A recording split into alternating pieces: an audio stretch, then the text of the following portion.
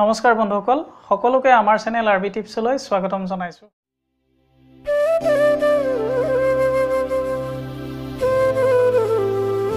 Reliance জিঅ'য়ে তেওঁলোকৰ 41তম বাৰ্ষিক অধিৱেশন উপলক্ষে জিঅ' ফোন 2 লঞ্চ কৰিছে। আজি আমি এই জিঅ' ফোন 2ৰ বিষয়ে কিছু কথা আলোচনা কৰিম আৰু এই জিঅ' ফোন 2ত কি বৈশিষ্ট্য আছে, কেতিয়াৰ পৰা আমি জিঅ' ফোন 2টো লাভ কৰিব পাৰিম আদি অনেক বিষয়ে আজি এই ভিডিঅ'টোৰ জৰিয়তে আলোচনা কৰা হ'ব। ইয়াৰ আগতে মই আপোনালোকক কওঁ, যিসকলে এতিয়াও আমাৰ চেনেল আৰবি টিপছ ছাবস্ক্ৰাইব কৰি লোৱা নাই তেখেতসকলে অনুগ্ৰহ কৰি আমাৰ চেনেল আৰবি টিপছ ছাবস্ক্ৰাইব কৰি ল'ব, যাতে মই দিয়া ভিডিঅ' প্ৰথমেই চাবলৈ পায়। বন্ধুসকল, ৰিলায়েন্স জিঅ'ৰ যিটো প্ৰথমটো জিঅ' ফোন আছিলে, যিটো যোৱা বছৰ লঞ্চ কৰা হৈছিলে, সেইটো আপোনালোকে হয়তো সকলোৱে ব্যৱহাৰ কৰিছে বা বহুতেই আপোনালোকে হয়তো সেই জিঅ' ফোনটো ব্যৱহাৰ কৰিছে। কিন্তু এই নতুন জিঅ' ফোন যিটো আজি কেইদিনমানৰ আগতে লঞ্চ কৰিছে জিঅ' ফোন 2, সেই ফোনটো যোৱা বছৰ উলিওৱা ফোনটোৰ তুলনাত যথেষ্ট উন্নত তাত কিছুমান বৈশিষ্ট্য দিয়া হৈছে, যিবোৰ বৈশিষ্ট্যৰ জৰিয়তে আপোনালোকে এই জিঅ' ফোন 2টোত অনেক সুবিধা লাভ কৰিব পাৰিব। এটা কথা হ'ল, এই নতুন জিঅ' ফোন 2টোত আপোনালোকে কি সুবিধা লাভ কৰিব পাৰিব। এই নতুন জিঅ' ফোনটোত কি সুবিধা দিয়া হৈছে আমি জানো আহক।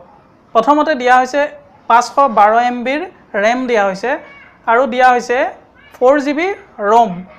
লগতে এই নতুন মোবাইল ফোনটোত দিয়া হৈছে 2000 mAhৰ বেটেৰী, লগতে দিয়া হৈছে ৱাইফাইৰ সুবিধা, ব্লুটুথৰ সুবিধা দিয়া হৈছে, ভল্টি দিয়া হৈছে, LTE দিয়া হৈছে, লগতে আপোনালোকে FM ৰেডিঅ'ৰ সুবিধা পাব।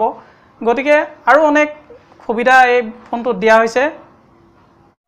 এই নতুন জিঅ' ফোনটোত 2 মেগাপিক্সেল ৰিয়াৰ কেমেৰা দিয়া হৈছে আৰু VGA ফ্ৰণ্ট কেমেৰা দিয়া হৈছে।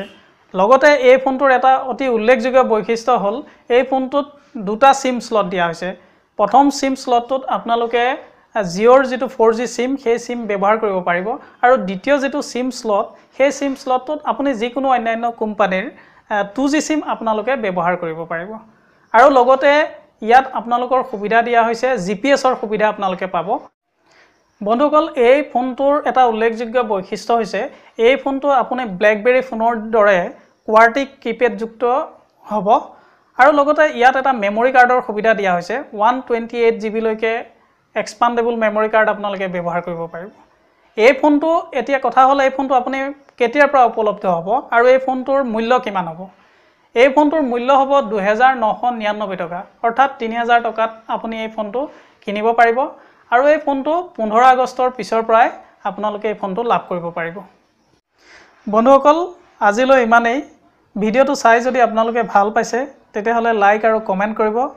লগতে এই ভিডিঅ'টো শ্বেয়াৰ কৰিবলৈ আপোনালোকে নাপাহৰিব। ধন্যবাদ।